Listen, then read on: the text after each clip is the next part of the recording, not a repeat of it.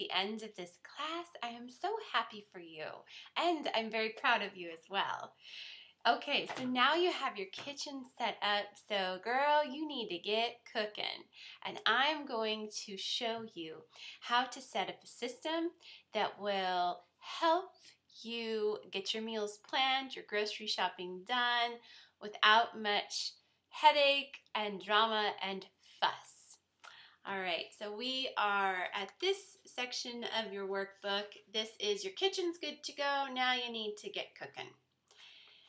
All right, so let's set up your recipe binder. The supplies are listed below, but basically all you're going to need is a 3-ring binder.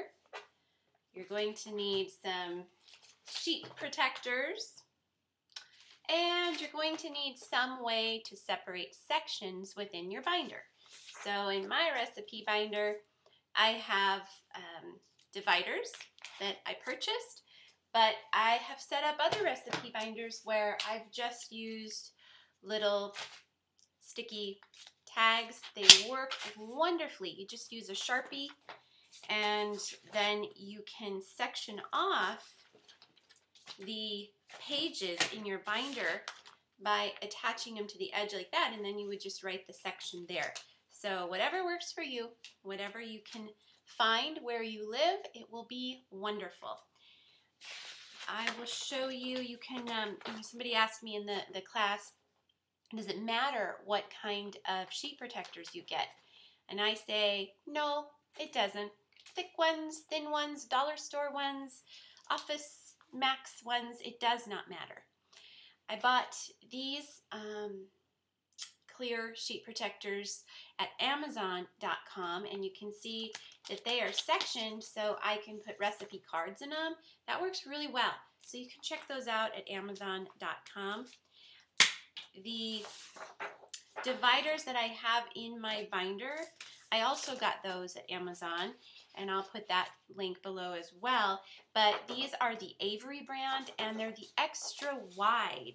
And the reason I got the extra wide was because they hang out from, you know, the sheet protectors are pretty wide, and so these extra wide dividers, you can see them on the edge. Otherwise, they get kind of buried behind the sheet protectors. So like I said, do it however works best for you. I will also put below a way for you to create sort of a cute custom recipe binder that is going to be uniquely you. You'll see some printables below for your recipe binder cover. And most binders, unless you get something like this, if you get something like this, you know, you won't use it. But if you get a binder that has a clear cover, just print out the cover below, and in the middle section, you can write whatever you want in there. Mine says, Dina's most favorite recipes and meal planner. So the recipe binder is great because you may or may not have a ton of cookbooks in your kitchen, and typically when we have a ton of cookbooks in our kitchen, we don't use them all. We maybe use 1 or 2 recipes per cookbook. And if that's the case, you know, why should all these cookbooks be gobbling up space? So an idea to eliminate that problem is to go through your cookbooks, find the recipes that you like, that you know your family enjoys, photocopy those recipes, and then put them in your recipe binder. The goal for this is you want to make, you know, one-stop shopping for yourself. You know, it's not complicated. You can get right into this binder, and it is filled with stuff that you know your family likes, you know it's easy for you to cook, and all the recipes are very easy to find because you're going to label the sections. In the back of my recipe binder, my last section, I'll show you. The last section in my binder is called, you can't even really see this, but it's called meal planning. And so let's flip to the back here and look at my meal planning section. I plan my meals once a week. And I try to go to the grocery store once a week. If I have to run back and forth during the week to the grocery store to get little odds and ends, it's just a huge waste of my time, and I'm very busy. So I go once a week, but in the back, I keep my meal planning sheets. And typically on Saturday or Sunday or whatever day of the week works for you is what you will do. But for me, it works best to do Saturday and Sunday or Sunday. What I do is I get out my recipe binder and I get my meal planning sheet. In addition, I have 2 cookbooks that are my go-to cookbooks. I get those out as well. So I have 3 things I get out, my binder and my 2 cookbooks. And I will sit down with my family, typically if we're having a dinner or a lunch together around the table. I just say, hey guys, I'm going to make the grocery list for the week. I want to know what everybody's hungry for. And if they're like, I don't know, then I have the cookbooks handy and I pass them around and I say, well, just look in here and point to something that looks yummy to you and I'll put it on the list of meals I'll make this week. The 2 cookbooks that I use over and over and over are this is called Family Dinners. I got this at, I think, Barnes & Noble. I'll put the author and the cookbook title below. It's by Janet Peterson. I swear to the heavens that just about every recipe in this book my kids will eat. So if you have children and you struggle to find recipes that your kids will eat, I suggest you get this book because it's my go-to. The other book I use, as you will see, is my Better Homes and Gardens that I got when I got married, and it's falling apart. It's just, oh, look at these pages. I use this over and over and over. So figure out what 2 or maybe 3 cookbooks that you go to all the time and keep those handy.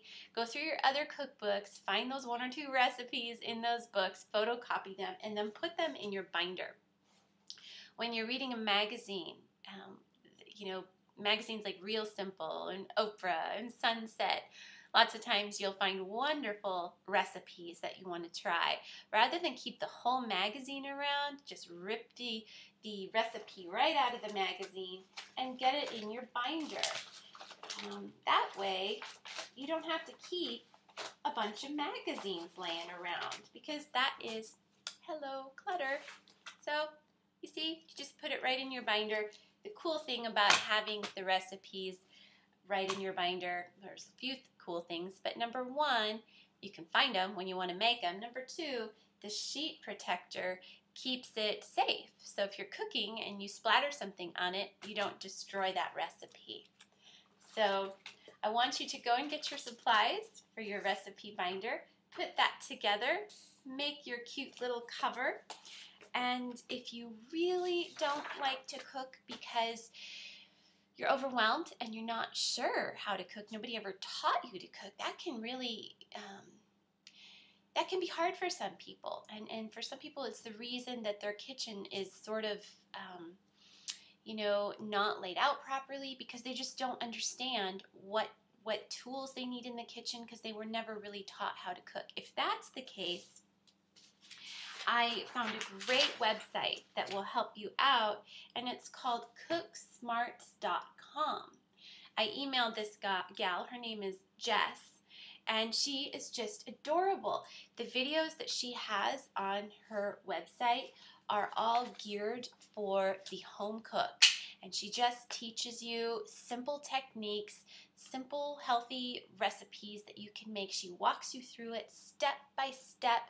If you're a visual learner and you want to watch and learn and experiment and get better at cooking and understanding how to use your tools properly, this website, Cooks Smart, will really help you out. So I'm happy I found that resource, and let me know what you think about it. I think that you'll love it, but I would also be interested to know if there are other websites that you know of that are awesome.